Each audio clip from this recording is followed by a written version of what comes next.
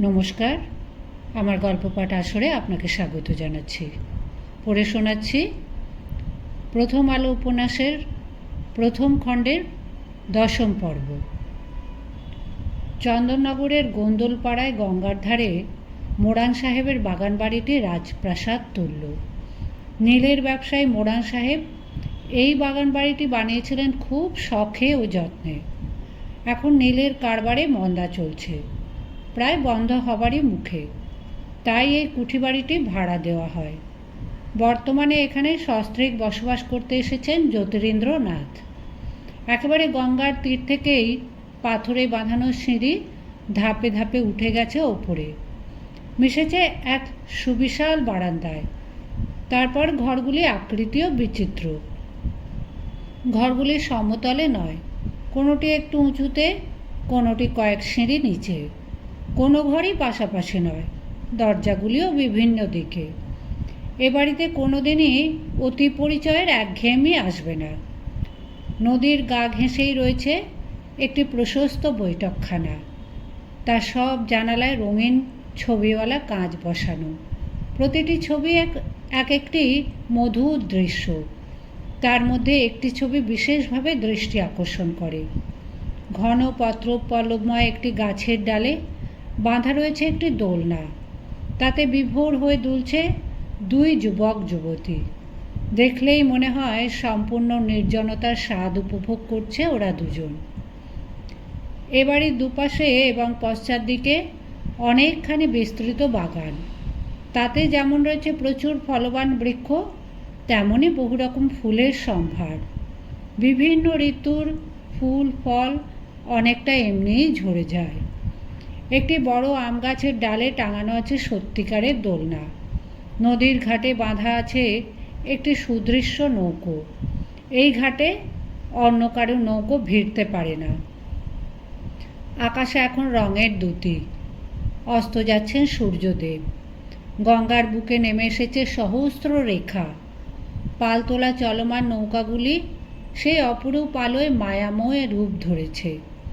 এখানে কলকোলাহল নেই, কোনো যান্ত্রিক শব্দও নেই। একটু কান পাতলেই যেন শোনা যায় প্রকৃতির নিজস্ব সঙ্গীত। ঘাটের সিঁড়িতে নদীর দিকে মুখ করে দাঁড়িয়ে আছেন এক সুঠাম পুরুষ, জ্যোতিরিন্দ্রনাথ, দেবেন্দ্রনাথ ঠাকুরের ষষ্ঠ সন্তান। দীর্ঘকায়, মজবুত গড়ন, তীক্ষ্ণ নাসা, টানা টানা চোখ, কুঞ্চিত চুল, তার রূপ দেবোপম। দেবেন্দ্রনাথের চতুর্দশ পুত্রকন্যার মধ্যে তাঁর ব্যক্তিত্বই সবচেয়ে উজ্জ্বল, রূপে গুণে সমান। তিনি খেলাধুলো, অশ্বারোহণ ও শিকারে দক্ষ। পিতার অনুপস্থিতিতে জমিদারির কাজ তিনি পরিদর্শন করেন। আবার সাহিত্য ও সঙ্গীতে তাঁর যশ অনেকখানি ছড়িয়ে পড়েছে। তিনি বেহালা বাজাতে পারেন, পিয়ানো বাজাতে জানেন, সঙ্গীত রচনা করে সঙ্গে সঙ্গে সুর বসিয়ে দেন। নাট্যকার হিসেবে তিনি রীতিমতন সফল। তাঁর রচিত নাটক সাধারণ রঙ্গমঞ্চেও অভিনীত হয় নিয়মিত। বাংলার সকলেরই চোখ ঠাকুরবাড়ির এই প্রতিভাবান তরুণটির দিকে।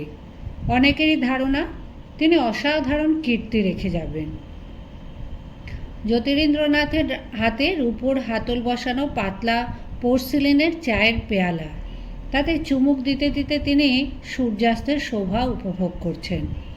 একবার মুখ ফিরিয়ে জিজ্ঞেস করলেন, রবি কোথায়? রবি নামেনি? বাগানে সাজানো রয়েছে বেতের গোল টেবিল ও কয়েকটি চেয়ার। একটি চেয়ারে বসে আছেন জ্যোতিরিন্দ্রনাথের স্ত্রী কাদম্বরী।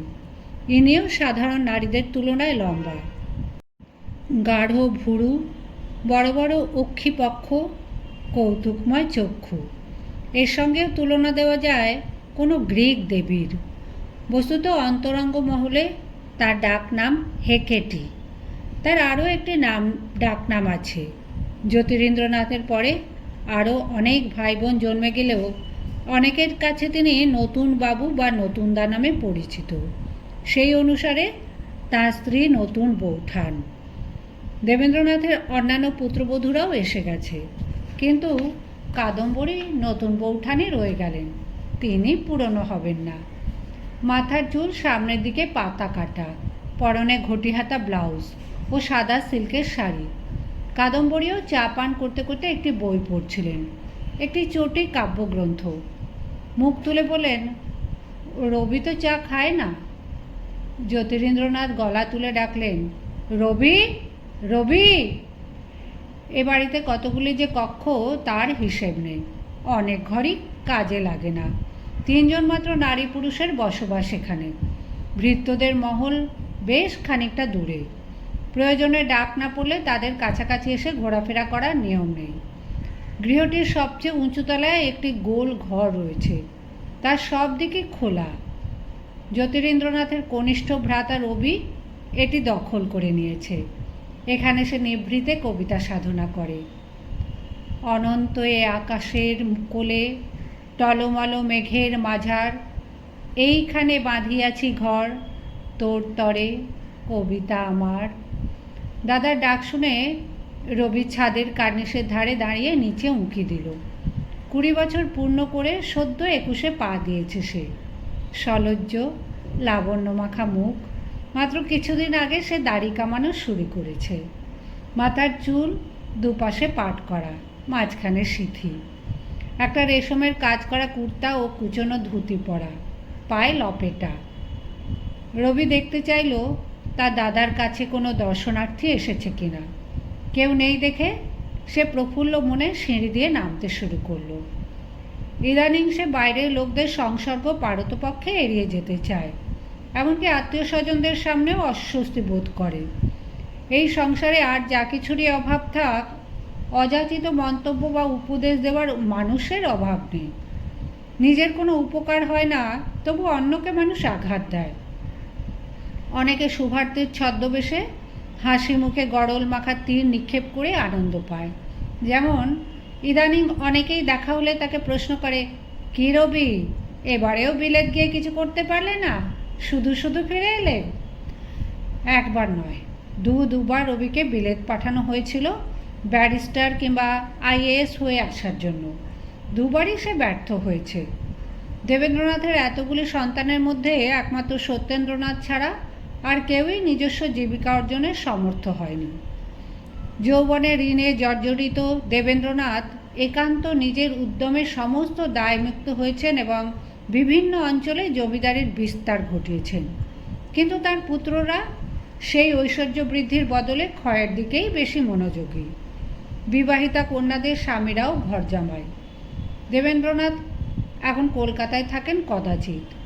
পশ্চিমের বিভিন্ন শৈল শহরে কিংবা নদীবক্ষে বোটে বাস করেন ইচ্ছে মতন। অবশ্য চিঠিপত্র ও দূত মারফত পরিবারের প্রত্যেকের প্রতি তীক্ষ্ণ নজর রাখেন। তার 14টি সন্তানের মধ্যে রবি এখন কনিষ্ঠ। রবির পরেও বুধ নামে আরেকটি পুত্র ছিল, কিন্তু সে অকাল মৃত। রবির 2 দাদা পাগল, অন্যরাও খামখেয়ালি। কৈশোরেই রবির বুদ্ধির প্রাচুর্য প্রকাশ পেয়েছে। তার সুঠাম সুন্দর শরীর, সকলেরই ধারণা হয়েছিল রবি নিশ্চিত একজন কেউকেটা হবে। সেই জন্যই 16 বৎসর বয়সে তাকে বিলেত পাঠানো হয়। তার জন্য দেবেন্দ্রনাথ এস্টেটের তহবিল থেকে মাসে মাসে 150 টাকা বরাদ্দ করেছিলেন। পরে তা বাড়িয়ে 240 টাকা করা হয়। সেই টাকায় অর্থাৎ মাসিক 20 পাউন্ডে বিলেতে তার বেশ সচ্ছলভাবেই চলে যাওয়ার কথা। প্রথম রবির মন বসেনি তা ঠিক। নতুন দেশ, নতুন পরিবেশে মানিয়ে নিতে সময় লাগে।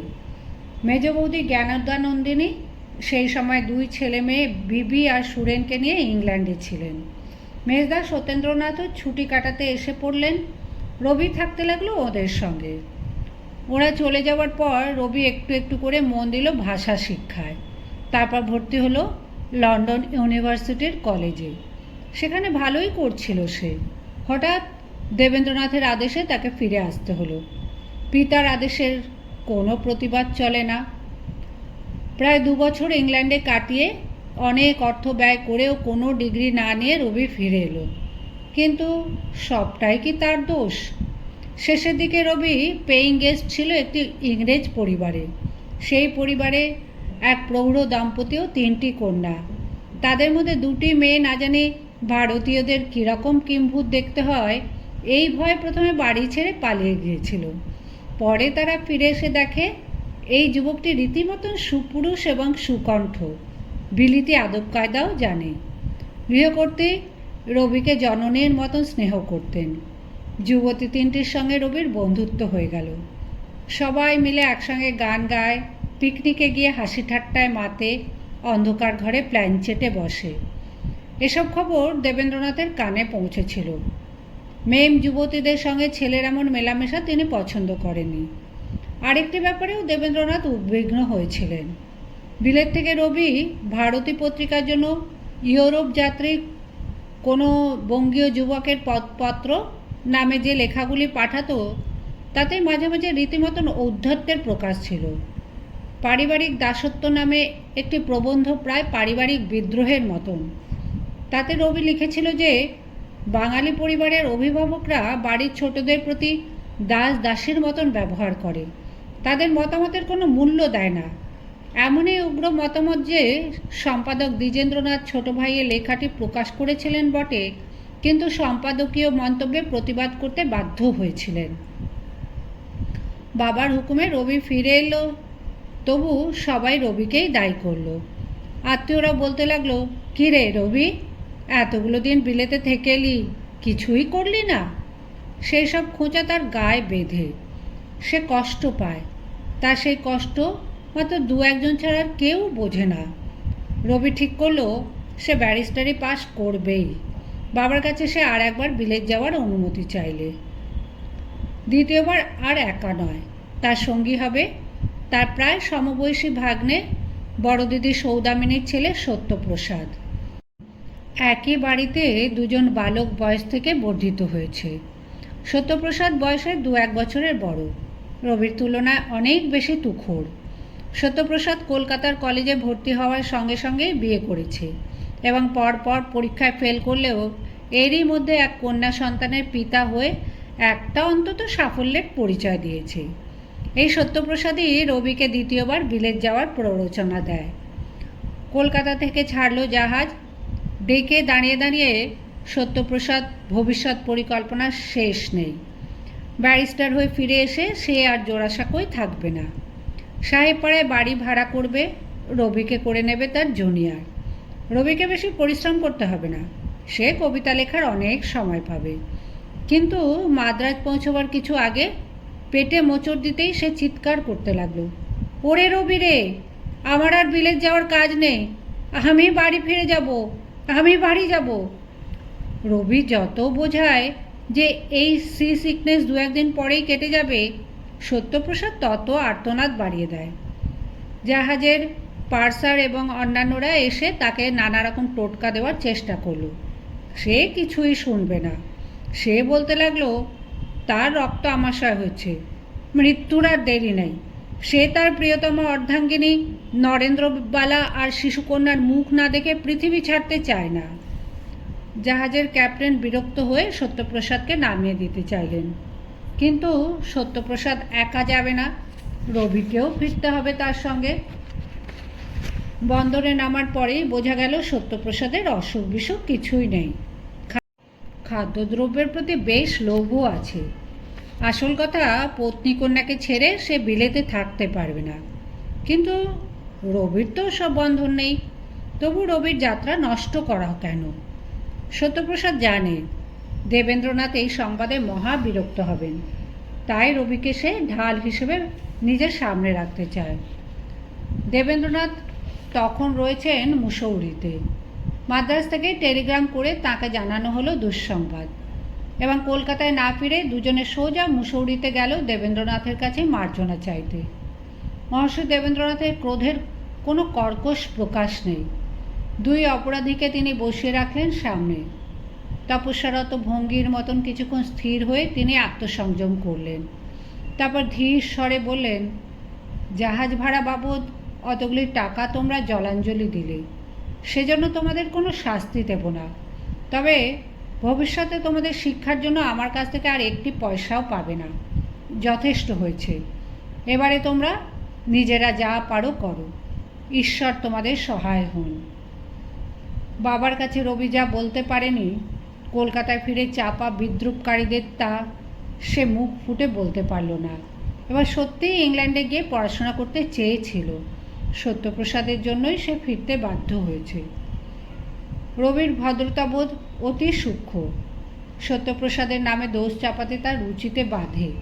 সত্যপ্রসাদ সবার সামনে বেশ বীরত্বের সঙ্গে বলে, আমি আর রবি দুজনেই ঠিক করলুম, ওই ম্লেচ্ছদের দেশে স্যান্ডউইচ আর মশলা ছাড়া সেদ্ধ মাংস খেয়ে বছরের পর বছর কাটানো আমাদের সহ্য হবে না। গরম ভাত, মুসুরির ডাল আর মৌরলা মাছ না পেলে কি বাঙালির ছেলে বাঁচে? খুব জোর বেঁচে গেছি বাবা। সত্যপ্রসাদ আসল সত্য প্রকাশ করে না। রবি সেখানে উপস্থিত থাকলেও প্রতিবাদ করে না। রবি মিথ্যে কথা বলতে প্রায় অক্ষম, আবার সত্যের বড়াই করে কোনো ক্রমেই অন্যকে আঘাত দিতে পারবে না সে। রবি অনেক দিন মাতৃহীন। বড় দিদি সৌদামিনী তার মাতৃসমা। সত্যপ্রসাদকে সবাই অভিযুক্ত করলে বড় দিদি দুঃখ পাবেন ভেবেও রবি নীরব থাকে।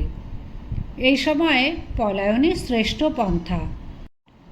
জ্যোতিরিন্দ্রনাথ তার পিতার মতনই এক বাড়িতে বেশি দিন থাকতে পারেন না। শহরের বিভিন্ন অঞ্চলে কিংবা শহরের বাইরে এক একটি সুরম্য অট্টালিকা ভাড়া নিয়ে কাটিয়ে যান কিছুদিন। কলকাতায় ফিরেই রবি যখন শুনল যে জ্যোতিদাদা ও নতুন বৌঠান রয়েছেন চন্দননগরের বাগান বাড়িতে, রবি চলে গেল সেখানে। অবিলম্বেই তার চিত্তশুদ্ধি হলো। এই দুজনের সান্নিধ্যেই সে সব সময় প্রায় প্রকৃত মুক্তির স্বাদ। দিন কাটছে যেন স্বর্গের এক একটি দিন। প্রতিটি মুহূর্ত এক এক বিন্দু অমৃত। সারা দিন কোনো পরিকল্পনা নেই, কোনো উদ্বেগ নেই, কোনো কর্তব্য নেই, কোনো দায়িত্ব নেই। যখন যা মন চায় তখনই তা করা যায়। ইচ্ছে করলে বাগানে গিয়ে দোলনায় বসে দোলা খায়, গাছ থেকে ফল পাড়া যায়, নদীতে নৌকা বিহারে যাওয়া যায়, আবার ঘন্টার পর ঘন্টা বিছানায় বুকে বালিশ দিয়ে উপুড় হয়ে শুয়ে কবিতা লেখার চেষ্টা করলেও বাধা দেবে না কেউ।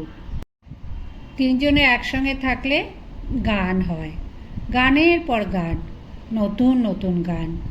সুরের তরঙ্গেই আনন্দের তরঙ্গ, সেই সঙ্গে হাসির উচ্ছলতা। জ্যোতিদাদা জীবনকে উপভোগ করতে জানেন। এক একদিন এক এক রকম পরিবেশ সৃষ্টি করেন। মাঝে মাঝে তাকে অবশ্য কাজের জন্য বাইরে যেতে হয়, কলকাতাতেও যেতে হয়, ফিরতে রাত হয়। সেই সব সময় নতুন বৌঠান আর রবি এই দুজনই দুজনের সঙ্গী। দুজনেরই রয়েছে পরস্পরের জন্য অফুরান গল্প। সময় ওদের হাতের তালু দিয়ে অলক্ষ্যে ঝরে যায় বালির মতন। কাদম্বরী রবির চেয়ে মাত্র 1.5 বছরের বড়। তিনি এখনও জননী হননি। তিনি এক অসংসারী নারী। তার শরীর ও মন জুড়ে রয়েছে শিল্পের সুষমা। এই লাজুক দেওরটিকে প্রীতি ও বন্ধুত্ব দিয়ে তিনি সব সময় আপন করে রাখেন। আর রবিও তার মন সম্পূর্ণ উন্মুক্ত করে দিতে পারে শুধু এই নতুন বৌঠানেরই কাছে। বাগানে এসে রবি দেখল জ্যোতিদাদা মাঝি মাল্লাদের কী সব নির্দেশ দিচ্ছেন। রবিকে দেখে বললেন, আয় রবি, ঠিক করেছি আজ রাতটা গঙ্গার বুকে কাটাবো। এমন আকাশের রূপ 1,00,000 বছরে একদিন হয়। কাদম্বরী চাপা হাসির সঙ্গে জিজ্ঞেস করলেন, কী গো, দুপুর থেকে তুমি ওপরতলায় নিরুদ্দেশ? কটা কবিতা লেখা হলো? রবি বলল, যা লিখেছি তার থেকে না লিখেছি বেশি। সেই না লেখা লাইনগুলি বোধহয় আসল কবিতা। সেই লাইনগুলি ধরতে পারছি না, কে যেন আড়াল করে দাঁড়ালো। কাদম্বরী বলেন, কে কে? ঘাটে বাঁধা বোর্ডটি একটি ছোটোখাটো বজরা, মাঝখানে 2টি কক্ষ, ছাত্রী চৌকো ধরনের। কেউ যাতে অসাবধানে জলে না পড়ে যায় সেই জন্য দুদিকে রেলিং দেওয়া। সেই ছাদের ওপর ফরাস পেতে মখমলের তাকিয়া দেওয়া হলো। সঙ্গে নেওয়া হলো পানীয় জল, কিছু মুখরোচক আহার্য। জ্যোতিরিন্দ্রনাথ কোঁচানো ধুতি ও বেনিয়ান পরে বসলেন ছাদের একদিকে, তার হাতে বেহালা। কাদম্বরী ও রবি তার মুখোমুখি। নৌকো চলতে শুরু করতেই জ্যোতিরিন্দ্রনাথ ধরলেন পূরবী রাগিনী। আকাশে এখন সোনার ছড়াছড়ি, যেন মহাকাল মেতেছে স্বর্ণ হোলি খেলায়। সূর্য অদৃশ্য, তবু এত রং, এত বিভা। গঙ্গার দুদিকের গাছপালা ঝাপসা হয়ে এসেছে। শোনা যাচ্ছে দূরের কোনো মন্দিরের টুং টাং ঘণ্টার ধ্বনি, কোনো মসজিদের অস্পষ্ট আজানের সুর।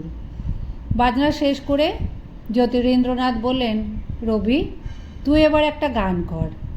কাদম্বরী বললেন, ওই গানটা গাও, এ কি সুন্দর শোভা। জ্যোতিরিন্দ্রনাথ বলেন, ওটা তো পুরবী সুর নয়, ইমন ভূপালী কাওয়ালি। কাদম্বরী বলেন, তা হোক, আমি ওটাই শুনতে চাই।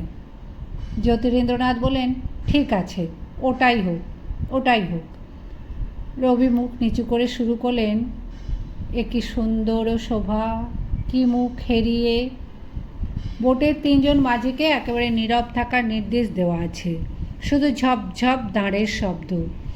জ্যোতিরিন্দ্রনাথ পাশে রাখা ফরাসি ব্র্যান্ডির বোতল থেকে গ্লাসে ঢেলে মৃদু মৃদু চুমুক দিচ্ছেন।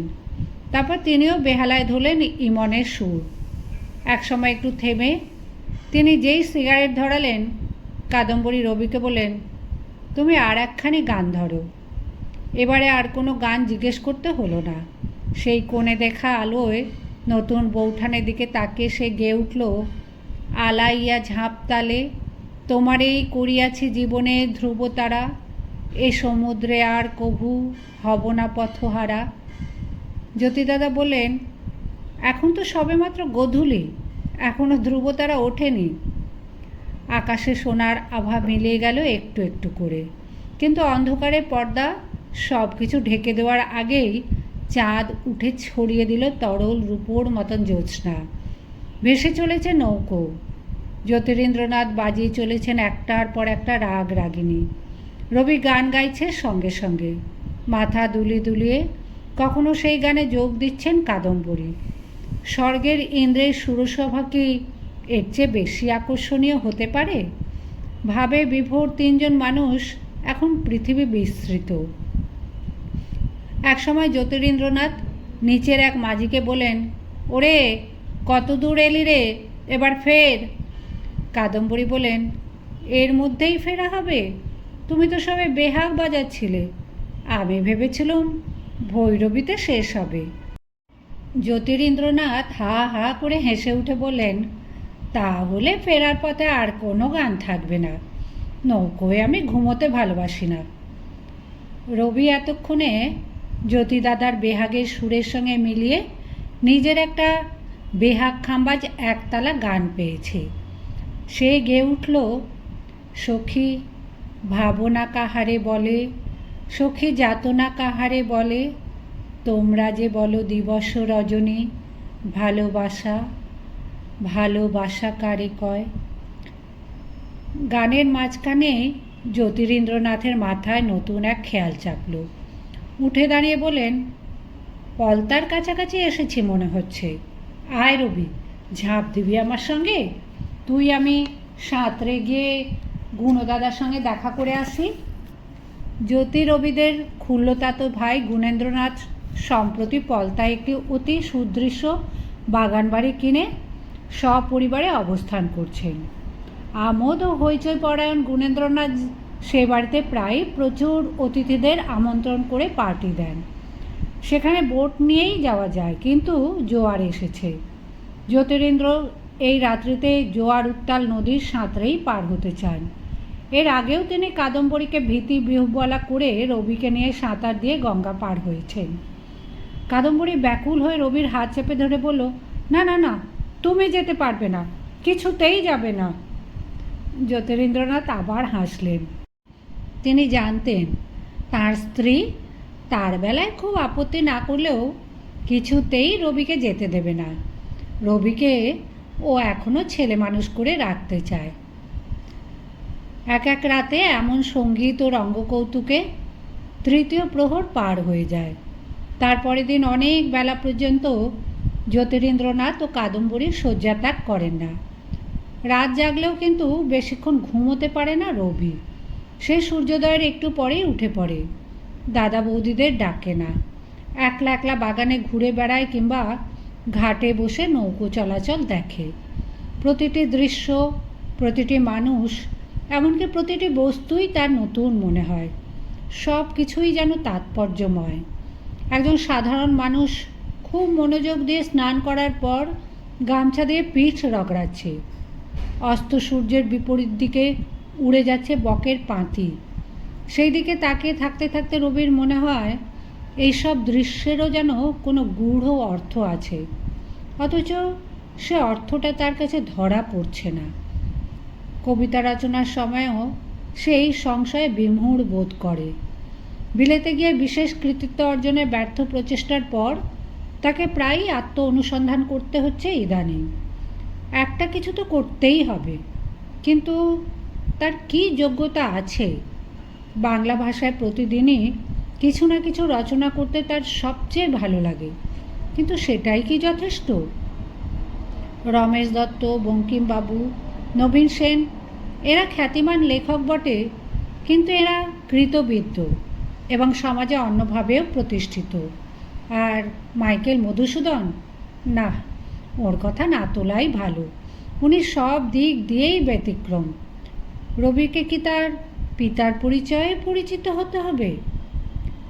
বাল্যকাল থেকেই সে কবিতা লিখছে। আত্মীয় বন্ধুরা তার কবিতার বই ছাপিয়ে দেয়। 20 বছর বয়সে সে 3-4খানি গ্রন্থের গ্রন্থকার। 2-10 কপির বেশি বিক্রি হয় না অবশ্য।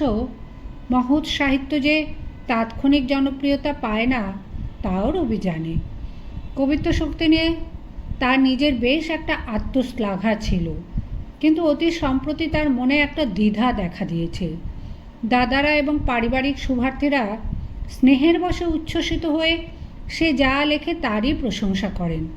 কিছু কিছু অল্প বয়সী ছেলে ছোকরা শুধু তার কবিতা নয়, তার সাজ পোশাকেরও অনুকরণ শুরু করেছে বটে, কিন্তু প্রকৃত শিক্ষিত বোদ্ধারা কী বলেন? রবি সন্দেহাতীতভাবে ভাবে একজন ভালো গায়ক। নিজের পারিবারিক গণ্ডি, আদি ব্রাহ্ম সমাজের ছোট বৃত্ত ছাড়িয়ে তার খ্যাতি ছড়িয়ে পড়েছে কলিকাতার বৃহত্তর প্রাঙ্গণে। বিশেষত বিলেত থেকে ফেরার পর তার কণ্ঠের সুরের সঙ্গে মিশেছে দার্ঢ্য। ছেলেবেলায় সে যদু ভট্টের কাছ থেকে ভারতীয় শাস্ত্রীয় সঙ্গীতের তালিম নিয়েছিল। ব্রাহ্ম সমাজের বাঁধা গায়ক বিষ্ণু চক্রবর্তীর কাছ থেকেও অনেক কিছু শিখেছে। জ্যোতিদাদার পিয়ানো বাজানোর সঙ্গে গলা মিলিয়েছে। তারপর ইংল্যান্ডে গিয়ে পাশ্চাত্য সঙ্গীতের মর্মে প্রবেশ করেছে খানিকটা। সব মিলে তার সঙ্গীত জ্ঞান সমৃদ্ধ কণ্ঠস্বরেও এসেছে নিজস্বতা। সবাই তাকে এখন গান শোনাবার জন্য অনুরোধ করে, কিন্তু রবি কি পেশাদার গায়ক হতে চায়? অভিনেতা হিসেবেও সে এর মধ্যেই অনেক সার্থক। জোড়াসাঁকোর বাড়িতে যে কোনো নাট্য উৎসবে রবির অনিবার্য ভূমিকা। কলকাতার বিদ্বজ্জনেরা সেসব দেখতে আসেন। রেভারেন্ড কেষ্ট বাড়ুজ্যে বাল্মীকি প্রতিভায় রবির গান ও অভিনয় দেখে শুনে রবিকে আখ্যা দিয়েছেন বাল্মীকি কোকিল। কিন্তু রবি তো নেহাত অভিনেতাও হতে চায় না। তার প্রধান ভালোবাসা যে কবিতা। বস্তুত কবি হিসেবে রবি এ পর্যন্ত তেমন কোনো অসাধারণত্বের প্রমাণ দিতে পারেনি। সে অনবরত কবিতা লিখে যেতে পারে, ছন্দমিল আসে সাবলীলভাবে, কিন্তু কিছুতেই গভীরতা আসে না। তার শব্দগুলো এলিয়ে পড়া, ছাড়া ছাড়া, অস্পষ্ট। বিশুদ্ধ আবেগের বদলে ফুটে ওঠে উচ্ছ্বাস, বিষণ্ণতার বদলে হা হুতাশ। বাল্মীকির কণ্ঠ থেকে যখন শতোৎসারিত হয়েছিল শ্লোক, তখন তার প্রেরণা ছিল শোক, হা হুতাশ নয়। রবি কবিতা লিখতে গেলেই যেন হয়ে যায় ছন্দবদ্ধ ব্যক্তিগত ডায়েরি কিংবা চিঠি। তাতে সার্বজনীনতার স্পর্শ লাগে না। রবি এখন তা বুঝতে পারছে, কিন্তু কি করে এর থেকে উত্তরণ ঘটানো যায়? ভগ্নহৃদয় কাব্যগ্রন্থটি প্রকাশের পর কেউই বিশেষ ভালো কথা বলেনি। রবি ভাবছে এই বইটির প্রচার বন্ধ করে দেবে। যার মতামতকে রবি বিশেষ শ্রদ্ধা করে সেই প্রিয়নাথ সেন বইখানি পড়ে রবিকে প্রায় ভৎসনাই করেছে বলতে গেলে। বিহারীলাল চক্রবর্তীর প্রতিবেশী প্রিয়নাথ সেনের সঙ্গে রবির পরিচয় হয়েছে মাত্র কিছুদিন আগে। এই মানুষটির জ্ঞানের পরিধি থেকে রবি একেবারে মুগ্ধ। প্রিয়নাথ যেন সাহিত্যের 7 সমুদ্রের নাবিক। তিনি পৃথিবীর সবকটি প্রধান ভাষার সাহিত্যের স্বাদ গ্রহণ করেছেন। রবির সঙ্গে তার প্রীতির সম্পর্ক, রবি তাঁর কাছ থেকে অনেক কিছু শিখেছে। প্রিয়নাথ নিজে কবি হতে চান না, তাই রবির প্রতি তার ঈর্ষা থাকারও কোনো কারণ নেই। ভগ্নহৃদয় পড়ে তিনি ভ্রু কুঞ্চিত করে বলেছেন, এসব কি লিখেছ হে রবীন্দ্র? এ যে নিছক মেয়েলি ছড়ার মতন। এতে কোনো উচ্চাঙ্গের ভাব নেই, রস নেই, ভাষা এত দুর্বল। এপারে দাঁড়ায় দেবী, গাহিনু যে শেষ গান, তোমারই মনের ছায় সে গান আশ্রয় চায়। একটি নয়ন জল তাহারে করিও দান। যাত্রা দলের ছোঁড়ারা এমন প্যান প্যানানে গান গায়। একটি নয়ন জল আবার কি? তারপর এই যে লিখেছ, বিষণ্ণ অধর দুটি অতি ধীরে ধীরে টুটি, অতি ধীরে ধীরে ফুটে হাসির কিরণ। অধর আবার দুটো হয় কি করে? ওপরটি ওষ্ঠ, নিচেরটি অধর, তাও না হয় হলো। অধর আবার টুটবে কি করে? অধরের কথা লিখতে গিয়ে ভাষা কি মাথা মুন্ডুও খোয়াবে? পরপর দু লাইনে অতি ধীরে ধীরে কোনো ভালো কবি লিখবে না। পরিবারের সবাই সব সময় প্রশংসা করে রবিকে উৎসাহিত করেন বটে, শুধু একজন ব্যতিক্রম, যার উদ্দেশ্যে রবির অধিকাংশ কবিতা লেখা। তিনিই রবির প্রধান সমালোচক, নতুন বৌঠান। রবির সব কবিতা তিনি প্রথম পাঠ করবেনই। রবি দেখাতে না চাইলেও জোর করে খাতা কেড়ে নেবেন, কিন্তু পড়তে পড়তে মাথা দুলিয়ে দুলিয়ে কৌতুক হাসে বলেন, যাই বলো রবি, তুমি এখনো উঁচু দরের কবি হতে পারোনি। বিহারীলালের মতন তুমি লিখতে পারো না। তোমার গানগুলি বেশ হয় বটে, কিন্তু কাব্যে বিহারীবাবু সেরা। কাদম্বরী বেশ ভালোই জানেন কোন কথা তার এই দেবরটির মনে বেশি জ্বালা ধরাবে। কোনো কবি অন্যের সঙ্গে তুলনা সহ্য করতে পারে না। এই কথা শুনলে রবি পুরনো কবিতা ছিঁড়ে ফেলে আবার নতুন করে লিখতে বসে। বিহারীলালকে ছাড়িয়ে যেতেই হবে। নতুন বৌঠানের কাছে সেই হবে একমাত্র কবি। কিন্তু কিছুতেই পারা যাচ্ছে না কেন? মাঝখানে রবি বিহারীলাল চক্রবর্তীকে অনুসরণ করারও চেষ্টা করেছিল। বাল্মীকি প্রতিভা তো বিহারীলালের শারদামঙ্গলের আদলেই রচিত, তাতে বিহারীলালের অনেক লাইনও ঢুকে গেছে। না, ওভাবে হবে না, ওভাবে হবে না। রবি এর মধ্যে সত্যিকারের প্রতিভার পরিচয় দিয়েছে গদ্য রচনায়। 17-18 বছর বয়সে সে যেমন পরিচ্ছন্ন নির্বেদ ধারালো গদ্য লিখেছে, তার তুলনা বাংলায় তো দূরের কথা, ভারতে নেই। এমনকি সারা পৃথিবীতেই বা তার বয়সে এমন অবিশ্রান্ত গদ্য লেখক আর কে আছে? তার গদ্যে রয়েছে যুক্তি, কৌতুক, শ্লেষ, নেই অকারণ উপমার বাহুল্য, নেই অনর্থক তৎসম শব্দঝঙ্কারের প্রতি মোহ। যারা রবিকে শুধু স্কুল পালানো ছেলে মনে করে, তারা জানে না রবির নিজস্ব পড়াশোনার বিস্তার কতখানি। তার প্রবন্ধের বিষয় বিয়াত্রিচে, দান্তে ও তাহার কাব্য, নরমান জাতি ও অ্যাঙ্গলো নরমান সাহিত্য, নিন্দাতত্ত্ব, নিঃস্বার্থ প্রেম, বস্তুগত ও ভাবগত কবিতা, সঙ্গীত ও ভাব, চীনে মরণের ব্যবসায়, গোলামচোর, গেটে ও তাহার প্রণয়িনীগণ ইত্যাদি।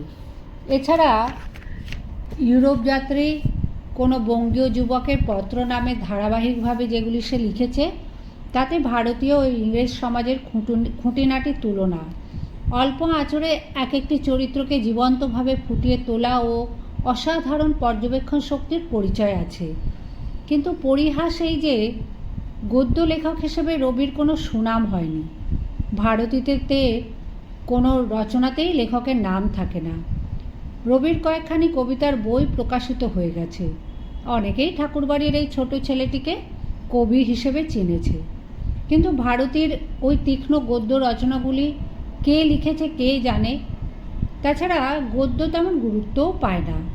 অনেকের কাছে এখনও কবিতাই প্রকৃত সাহিত্য, গদ্য টদ্য খবরের কাগজের ব্যাপার। হ্যাঁ, বঙ্কিমবাবু মহাকাব্যের বদলে গদ্য আখ্যায়িকা লিখছেন বটে, সেগুলি বেশ জনপ্রিয়ও হয়েছে, মেয়েরা খুব পড়ে। তা বলে বঙ্কিম তো ভারতচন্দ্র কিংবা চণ্ডীদাসের চেয়ে বড় নন। বিলেত ঘুরে এসে পশ্চিমী সাহিত্যের সাম্প্রতিক ধারার সঙ্গে খানিকটা পরিচিত হয়ে রবি বুঝতে পেরেছে ভবিষ্যতে গদ্যেরই যুগ আসছে। ক্রমশ নাটক নভেলই কবিতার ওপর আধিপত্য করবে। লম্বা লম্বা পদ্যে লেখা মহাকাব্য আর কেউ পড়তে চাইবে না। বঙ্কিমবাবু পদ্য ছেড়ে গদ্যে এসেছেন।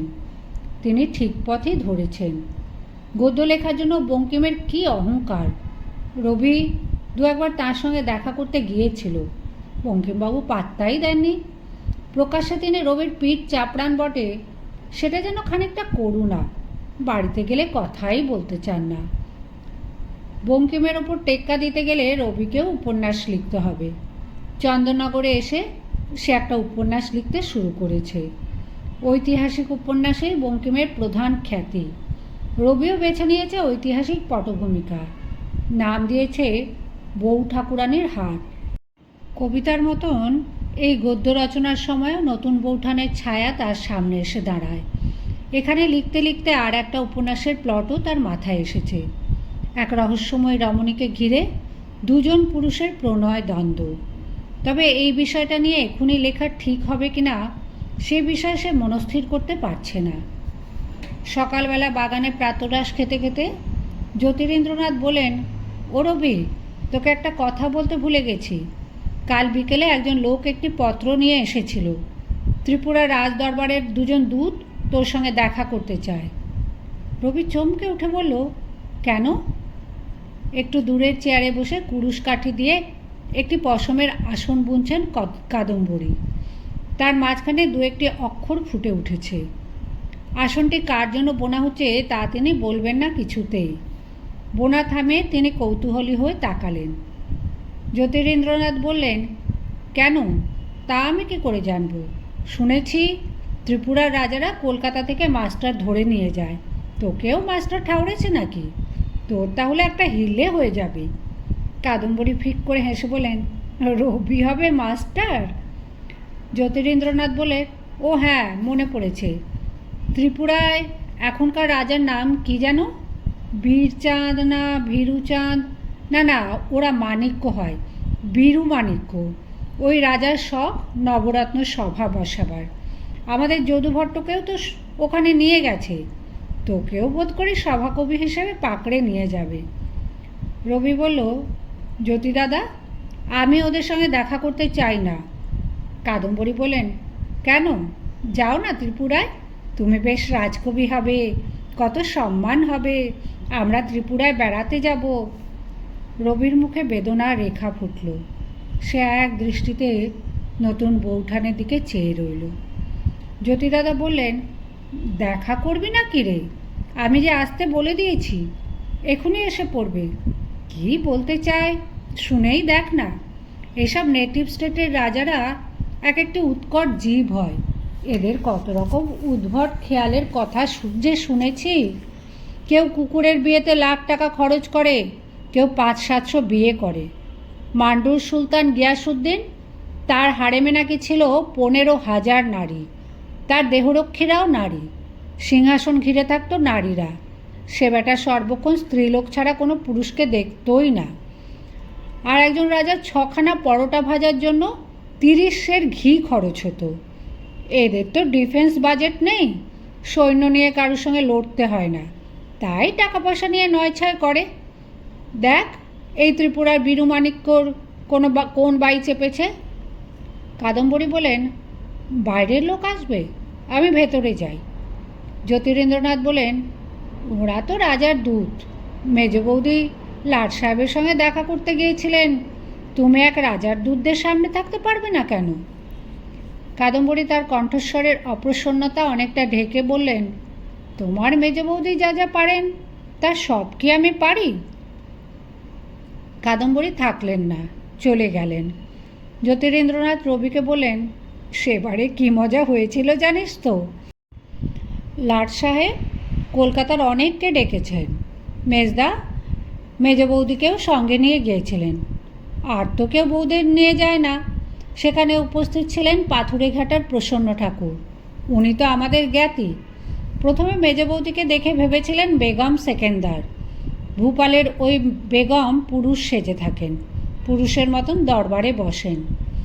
তারপর প্রসন্ন ঠাকুর যেই চিনতে পারলেন যে বেগম নয়, উনি ঠাকুরবাড়ির বউ, অমনি রেগে মেগে উঠে গেলেন সেখান থেকে।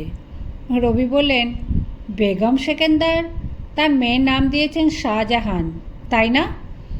জ্যোতিরিন্দ্রনাথ বললেন, হ্যাঁ, খুব তেজি মহিলা, মুসলমান হয়েও পর্দা ফর্দা ছিঁড়ে ফেলেছে। একটু পরেই এসে পড়লেন রাধারমণ ও শশীভূষণ, সঙ্গে একজন ভৃত্যের হাতে উপহার দ্রব্যের একটি ডালি। জ্যোতিরিন্দ্রনাথ ওদের বৈঠকখানা ঘরে এনে বসালেন। রাধারমণ বলেন, আমরা রবীন্দ্রবাবুর সঙ্গে দেখা করতে এসেছি। জ্যোতিরিন্দ্রনাথ বলেন, এই তো আমার ছোট ভাই রবি। রাধারমণ ও শশীভূষণ দুজনে বিস্মিতভাবে চেয়ে রইলেন। এই সদ্য যুবকটির চোখে মুখে এখনও লেগে রয়েছে কৈশোরের লাবণ্য, তার দৃষ্টি সলজ্জ। রাধারমণ আবার জিজ্ঞেস করলেন, ইনিই ভগ্ন হৃদয় কাব্যটি লিখেছেন? জ্যোতিরিন্দ্রনাথ বললেন, বিলক্ষণ, রবির আরও বই বেরিয়েছে। রাধারমণ এবারে গদগদভাবে বললেন, হে কবি, আপনাকে আমাদের শ্রদ্ধা জানাতে এসেছি। ত্রিপুরার মহামান্য মহারাজ শ্রীল শ্রীযুক্ত বীরচন্দ্র মাণিক্য আপনার কাব্যখানি পড়ে মোহিত হয়েছেন। তিনি আপনাকে একটি মানপত্র পাঠিয়েছেন আর সামান্য কিছু প্রীতির নিদর্শন। জ্যোতিরিন্দ্রনাথ উৎসাহের সঙ্গে বলেন, বাহ, এ তো খুব ভালো কথা। শ্রীমান রবির খ্যাতি অনেক দূর ছড়িয়ে গেছে দেখছি। মানপত্রখানি রাধারমণেরই রচনা। তিনি সেটি পাঠ করে শোনালেন। তারপর সবিস্তারে বলতে লাগলেন নিদারুণ শোকগ্রস্ত অবস্থায় কিভাবে মহারাজ এই কাব্যগ্রন্থটি আবিষ্কার করেন। এর কবিতাগুলি থেকে তিনি কতখানি সান্ত্বনা পেয়েছেন। মহারাজ স্বয়ং একজন কবি, তিনি কবিতার মর্ম বোঝেন। শুনতে শুনতে রবি সংকুচিত হয়ে যাচ্ছে। ভেতরে ভেতরে খানিকটা গর্ব বোধ করছে ঠিকই। ভগ্নহৃদয়ের কবিতাগুলি তাহলে একেবারে ব্যর্থ নয়? একজন মানুষকে শোকে সান্ত্বনা দিতে পারে? যে সে মানুষ নয়, একজন মহারাজ এবং কবিতার সমজদার। শশীভূষণ অনেকক্ষণ চুপ করেছিলেন। এবার বললেন, রবীন্দ্রবাবু, একটা কথা জিজ্ঞেস করতে পারি? কিছুকাল আগে ভারতী পত্রিকায় ছাপা হয়েছিল একটি সন্দর্ভ, জুতা ব্যবস্থা। সেটা কি আপনার রচনা? রবির সম্মতিসূচক মাথা নাড়ল। শশীভূষণ বললেন, আমি ঠিক ধরেছি। আপনি যে ইউরোপ যাত্রী বঙ্গীয় যুবকের পত্র লিখতেন, নাম না থাকলেও আপনার লেখা বলে চেনা যায়। তার সঙ্গে এই রচনাটির ভাষার খুব মিল আছে। এই লেখাটি পড়েই আমি আপনার বিশেষ অনুরাগী হয়েছি। জ্যোতিরিন্দ্রনাথ জিজ্ঞেস করলেন, জুতা ব্যবস্থা কোন লেখাটা রে? শশীভূষণ হঠাৎ উত্তেজিত হয়ে উঠলেন, কণ্ঠস্বর উচ্চগ্রামে তুলে বললেন, মশাই, সে লেখাটির মধ্যে বারুদ ঠাসা আছে। ইংরেজরা আমাদের যখন তখন অপমান করে, কেউ তা প্রতিবাদ করে না। ওই যে ট্যাশ ফিরিঙ্গিদের একটা কাগজ আছে, ইংলিশম্যান, সে কাগজে পর্যন্ত। রবি এবার ধীর স্বরে দাদাদিকে তাকিয়ে বলল, তুমি পড়েছ লেখাটা? ইংলিশম্যান কাগজ একবার লিখেছিল, ভারতীয়দের সঙ্গে কথা বলার আগে একবার করে লাথি মারতে হয়। Kick them and then speak to them. আগে লাট পিছু বাট। আমি তার উত্তরে শশীভূষণ বললেন, মুখের মতন জবাব দিয়েছিলেন। হিন্দু প্যাট্রিয়ট কাগজেও প্রতিবাদ করেছিল বটে, কিন্তু তেমন জোরালো নয়। আপনি বাঙালি জাতটাকেও বলেছেন, আর কতকাল জুতো খাবে। Perfect piece of political writing. ওই লেখাটির জন্য বিশেষ করে অভিনন্দন জানাচ্ছি। ওই রকম আরও লিখুন। রাধারমণ ঈষৎ অসহিষ্ণুভাবে বলেন, শশী, এবার আমাদের উঠতে হবে। এর মধ্যে জলখাবার এসে গিয়েছিল। আর একটুক্ষণ ভদ্রতা বাক্যের বিনিময়ের পর ওরা দুজন বিদায় নিলেন। দুই ভাই ওদের দরজা পর্যন্ত এগিয়ে দিয়ে আসার পর জ্যোতিরিন্দ্রনাথ বলেন, কি দিয়েছে দেখি। পুঁটুলিটা খুলে দেখা গেল তার মধ্যে রয়েছে একটি শাল, একজোড়া ধুতি, একটি উত্তরীয়, হাতির দাঁতে তৈরি দুটি পুতুল এবং একটি ছোট্ট মখমলের তোড়ায় 5টি মোহর। জ্যোতিরিন্দ্র বলেন, তেমন কিছু রাজকীয় বলা যায় না, তবু মন্দ নয়। কিন্তু রবি, তো রাজকবির চাকরিটা হলো না। মহারাজের কাছে অ্যাপ্লাই করে দেখলে পারিস। জ্যোতিরিন্দ্রনাথকেও এবার বেরোতে হবে। তিনি গাড়ি জুততে বলে পোশাক বদলাতে গেলেন। রবি কাদম্বরীকে খুঁজল, কাছাকাছি কোথাও দেখতে পেল না। জ্যোতিদাদা চলে যাওয়ার পর তার শয়নকক্ষে উঁকি মারল, সেখানেও নেই। 2-4 বার ডেকেও সাড়া পাওয়া গেল না। তখন সে বাড়ি থেকে বেরিয়ে এসে বাগানে ঘুরতে লাগলো। কাদম্বরী একটি কাঁঠাল গাছের ঠেস দিয়ে গঙ্গার দিকে মুখ করে দাঁড়িয়ে আছেন, শূন্য উদাস দৃষ্টি। রবি কাছাকাছি গিয়ে ডাকল, নতুন বৌঠান। কাদম্বরী মুখ ফেরালেন, কোনো কথা বললেন না। রবি ভেবেছিল বাইরের লোক দুটি চলে যাওয়া মাত্রই কাদম্বরীর এসে খুঁটি খুঁটি সব কথা জিজ্ঞেস করবেন, মানপত্র ও উপহার দ্রব্যগুলি দেখবেন, রবির সঙ্গে খুনসুটি করবেন। কিন্তু এখন দেখা যাচ্ছে কাদম্বরীর কোনো আগ্রহই নেই। রবি বলল, ত্রিপুরার মহারাজ আমার ভগ্নহৃদয় বইটি খুব পছন্দ করেছেন।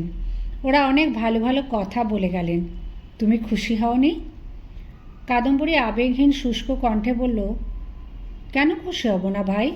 তোমার মান বাড়লে আমাদের সকলেরই আনন্দ হয়। রবি বলল, ভগ্নহৃদয় বইখানি তো তোমারই, এর সম্মানও তোমার। কাদম্বরী বললেন, আমার না ছাই।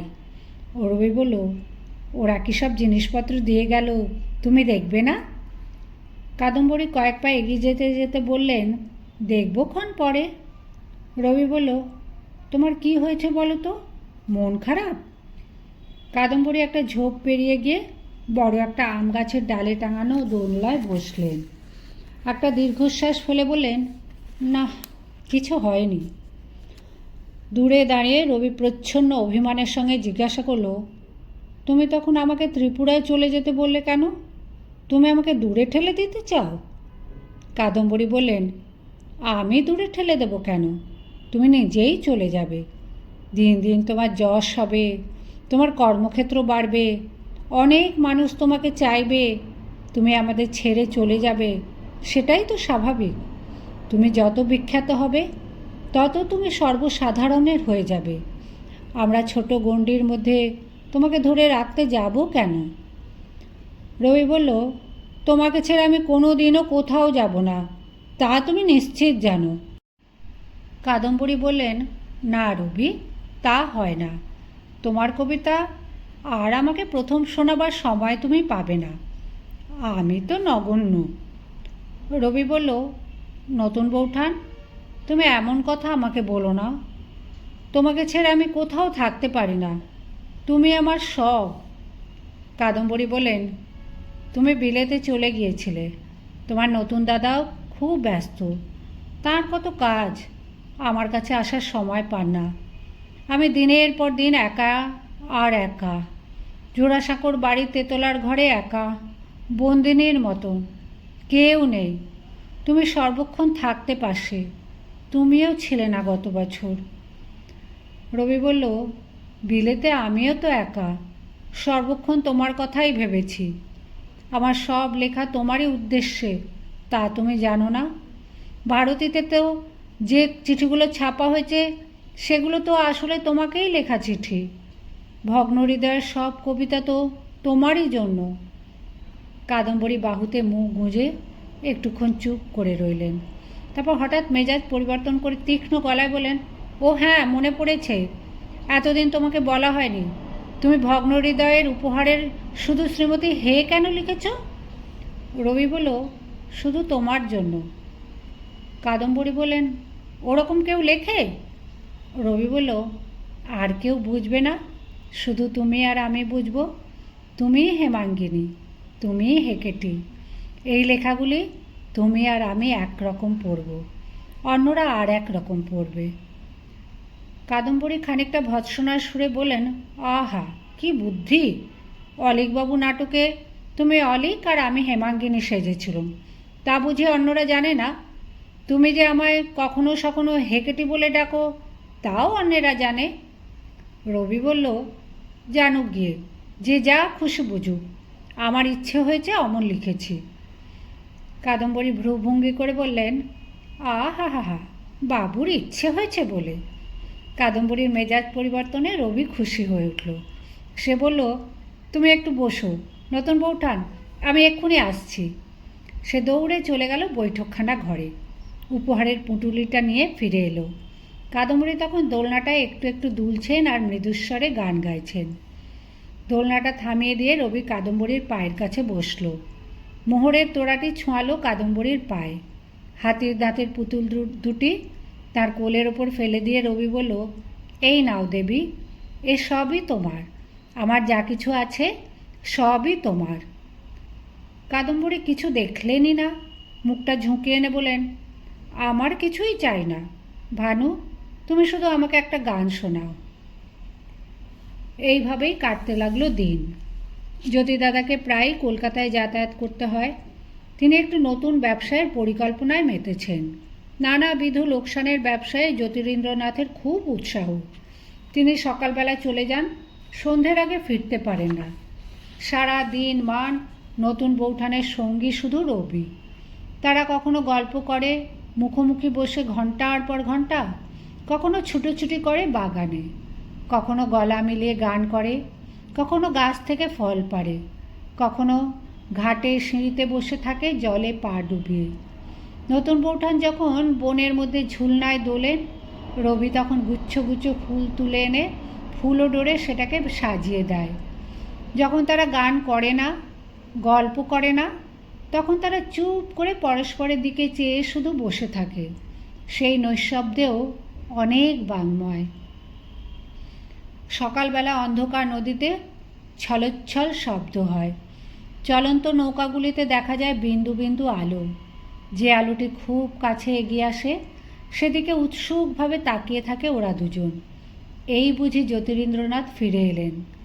ইদানিং তিনি বোটে যাওয়া আসা করছেন, কিন্তু প্রত্যাশা পূর্ণ হয় না।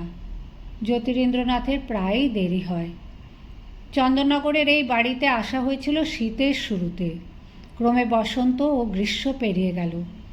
আকাশে জমছে মেঘ, সেই মেঘের রং গাঢ় হচ্ছে। বর্ষা আসন্ন। নদীর স্রোতে ভেসে যাওয়া ফুলের মতন এক একটি দিন। রবি ও নতুন বউঠান পরস্পরকে এত নিবিড়ভাবে কাছাকাছি আগে কখনো পায়নি। দুজনের জন্যই শুধু দুজন। এক একদিন দমকা হাওয়ায় সব কিছু এলোমেলো হয়ে যায়। চতুর্দিকে প্রকৃতির আঁচল ওড়ে। বাড়ির সন্নিহিত জঙ্গলটিতে একটি আবরণ তৈরি হয়ে যায়। মনে হয় এই পৃথিবীতে এই জঙ্গল ছাড়া আর কিছু নেই। তখন তার মধ্যে হাত ধরাধরি করে ছোটে দুটি বিশুদ্ধ যুবক যুবতী।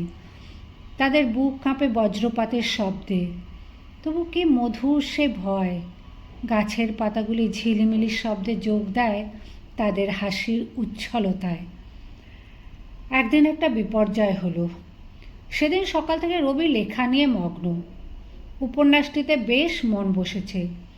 একটানা 7 পাতা লেখার পর একটু থেমে দুটি কবিতা লিখে ফেলল। এখন তাকে বিদ্যাপতিতে পেয়ে বসেছে। বিদ্যাপতি নতুন বউঠানেরও খুব প্রিয়। তিনি নিরালায় রবিকে ভানু নামে ডাকেন। রবি ভানু সিংহ ছদ্মনামে ব্রজবুলিতে বেশ কয়েকটি কবিতা লিখে ফেলেছে। সেরকম দুটি কবিতা শেষ করে সে আবার উপন্যাসে মনোনিবেশ করল। একসময় তার মনে হলো যে তার বেশ খিদে পেয়েছে। বেলা কত হলো কে জানে, কেউ তাকে খেতে ডাকেনি কেন। তারপরে খেয়াল হলো, ওহ, আজ তো সেই পিকনিক হবার কথা। এরকম আগেও হয়েছে কয়েকবার। জ্যোতিদাদার খুব বনভোজনের শখ। আর জঙ্গলের মধ্যে একটা বকুল গাছের তলায় নতুন বউঠান রান্না করবেন। জ্যোতিদাদা আর রবি তাঁকে গান বাজনা শোনাবে। মশলা না দিয়ে শুধু সঙ্গীত সহযোগে পঞ্চব্যঞ্জনের কেমন স্বাদ হয় তার পরীক্ষা। রবি ভুলেই গিয়েছিল জ্যোতিদাদারা নিশ্চয়ই ওখানে বসে আছেন। রবিকে ডেকে পাঠাননি কেন? কাগজপত্র এলোমেলোভাবে ছড়িয়ে রবি ছুটে বেরিয়ে গেল বাড়ি থেকে। জঙ্গলের মধ্যে নির্দিষ্ট জায়গাটিতে গিয়ে সে আরও অবাক হলো। উনুন সাজানো আছে, কিন্তু আগুন ধরেনি। রান্নার সরঞ্জাম ও দ্রব্য পরিপাটি করে গুছিয়ে রাখা হয়েছে, কিন্তু ছোঁয়াও হয়নি কিছুই। একটা মোড়ায় পাথরের মূর্তির মতন বসে আছেন কাদম্বরী। জ্যোতিদাদার কোনো চিহ্ন নেই। রবি ঝপ করে হাঁটু গেড়ে বসে পড়ে হাত জোড় করে বলল, ক্ষমা করো, ক্ষমা করো নতুন বৌঠান, আমি ভুলে গিয়েছিলাম। আমাকে তুমি একবারটি ডাকলে না, আমি লেখা নিয়ে ডুবেছিলাম। কাদম্বরী যেন রবির কথা শুনতেই পেলেন না। রবি জিজ্ঞেস করলো, জ্যোতিদাদা কোথায়? এবারও কোনো উত্তর নেই। রবি বলল, দাঁড়াও, আমি এক্ষুনি জ্যোতিদাদাকে ডেকে আনছি। সে আবার ছুটে গেল বাড়িতে। ভৃত্যদের কাছ থেকে খবর নিয়ে জানল যে জ্যোতিদাদা বেরিয়ে গেছেন ভোরবেলা, কখন ফিরবেন ঠিক নেই। রবি এবার ভয় পেয়ে গেল। নতুন বৌঠানের অভিমান অতি সাংঘাতিক। এই অভিমানে তিনি চেঁচামেচি করেন না, কাঁদেন না, তীব্র বিষাদে মগ্ন হয়ে যান। সেই সময় তিনি কথা বলতে চান না কিছুতেই। কিছুদিন আগে এইরকম এক অভিমানের সময় নতুন বৌঠান আত্মহত্যা করতে গিয়েছিলেন। আজ রবি নিজেও দোষ করেছে। আবার ফিরে গিয়ে রবি নতুন বৌঠানের মান ভাঙাবার জন্য কাকুতি মিনতি করতে লাগলো। পা দুখানি জড়িয়ে ধরে টেনে নিল নিজের বুকে। কাদম্বরী তাতেও মুখ খুললেন না। পা ছড়িয়ে নিয়ে তিনি দৌড় দিলেন জঙ্গলের দিকে। রবি গেল পেছন পেছন। কাদম্বরী কিছুতেই ধরা দেবেন না। আকাশ অন্ধকার হয়ে এসেছে। গম্ভীর গুরুগুরু শব্দে ডাকছে বাজ। হঠাৎ এক প্রান্ত থেকে অন্য প্রান্ত পর্যন্ত চিরে ঝলসে উঠল বিদ্যুৎ। তারপরেই উঠল ঝড়, প্রবল ঝড়। মড়মড়িয়ে উঠল গাছপালা। গঙ্গায় জল উত্তাল। রবি নতুন বৌঠানের হাত শক্ত করে চেপে ধরল। বলল, ঘরে চলো, ঘরে চলো, এ সময় গাছতলায় দাঁড়ানো বিপজ্জনক। কাদম্বরী প্রবলভাবে মাথা নাড়লেন, যেন তাঁর আর ঘর নেই, তার ফেরা না ফেরা সমান। রবি তবু বলল, নতুন বৌঠান, আমি আর কোনো দিন তোমাকে দুঃখ দেব না, শুধু আজ আমার কথা শোনো। কাদম্বরী তবু ছুটোছুটি করতে লাগলেন। এরই মধ্যে নামল বৃষ্টি, বড় বড় ফোঁটায় বৃষ্টি, তারপর জলপ্রপাতের মতন বৃষ্টি। এখন আর কোথাও যাওয়া যাবে না। একটা বড় গাছের নিচে দাঁড়ালো দুজনে। এবারে কাদম্বরীর সারা শরীর কাঁপতে লাগলো। তার দু চোখ থেকেও অঝোর ধারা মিশে গেল বৃষ্টির জলে। একসময় তিনি বললেন, রবি। রবি বলল, কি নতুন বৌঠান? কাদম্বরী আর কিছু বললেন না। গভীর একাগ্রতায় চেয়ে রইলেন রবির দিকে। কি বলতে গিয়ে তিনি থেমে গেলেন তা রবি বুঝল না। সেও চেয়ে রইল। চোখে চোখে সেতু বন্ধন হলো। কি অপূর্ব সুন্দর এখন দেখাচ্ছে কাদম্বরীকে। সেই রূপ যেন অপার্থিব। এখন একে মানবী বলা যায় না। রবি অস্ফুটভাবে বলতে লাগলো, দেবী, দেবী। একটু পরে কাদম্বরী একটা দীর্ঘশ্বাস ফেললেন। যে পাখির নীড় নষ্ট হয়ে গেছে তাঁর দৃষ্টি সেরকম পাখির মতন অসহায়। তিনি আস্তে আস্তে বললেন, এ ভরা বাদরো মাহ, ভাদরো শূন্য মন্দির মোর, এ ভরা বাদরো। দু তিনবার সেই একই পংক্তি উচ্চারণ করে তিনি আবার বললেন, রবি, তুমি এর সুর জানো? আমাকে গেয়ে শোনাবে? রবি মনে মনে একটু গুনগুন করে সুর ভেজে নিল। তারপর তাতে বসিয়ে দিল মিশ্র মল্লারের সুর। দুজনেই ভিজে একেবারে সপসপে হয়ে গেছে। পাশাপাশি দাঁড়িয়ে হাতে হাত ধরে রবি নতুন বৌঠানকে গেয়ে শোনাতে লাগলো, এ ভরা বাদরো মাহ, ভাদর শূন্য মন্দির মোর,